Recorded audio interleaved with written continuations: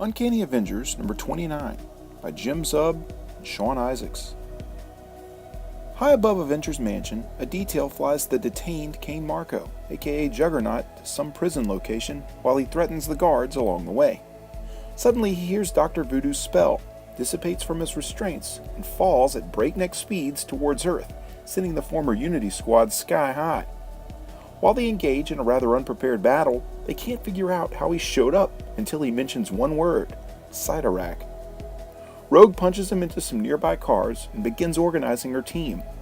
One teammate she can't wrangle in, though, is the rather headstrong Quicksilver, who takes things into his own hands along with Synapse.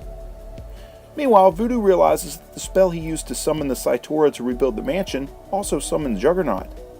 Quicksilver runs towards him, pulls off his helmet, and directs Synapse to get quickly into his head afterwards. He does so, but while he arrogantly poses with the helmet in hand, Rogue reveals that he has a second helmet on. Synapse can only watch while Juggernaut knocks the crap out of her.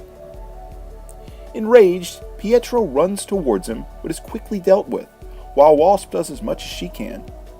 While they fight, Jericho utters a spell to repurpose the Cytora. They tell Rogue to bring him back to where they are, and she does, by just letting his weight do all the work. When in range, the tiny mystic builders attack, sealing him into his own armor. Voodoo recites another spell, teleporting the gigantic villain somewhere else. Only problem now, Synapse lays before them. She's not doing too well. 4 hours later, they all sit in a hospital waiting room when the doctor emerges, informing them that she's stable. Quicksilver demands to see her, an order the doctor denies. When confronted by the other members, he gets mad. He tells Wanda that they're leaving, but she stands up to him, opting to stay while he's clearly hurt, and he bolts. The issue wraps with Scarlet Witch offering her service to the team, and it's accepted, but one member of the squad isn't in very good shape. She lays unconscious in a hospital bed with a note in her hand. Will the Avengers be able to save Synapse? We'll have to wait, as this issue is left to be continued. I always appreciate it when a team book is able to keep things on the lo-fi end, and the Unity squad has always been moderately short on irritating and pointless plot building. You know where everyone is, you know what everybody's doing, and the creative forces behind it keep it all relatively simple. I like where they've been heading with this one, and I like where they're building still.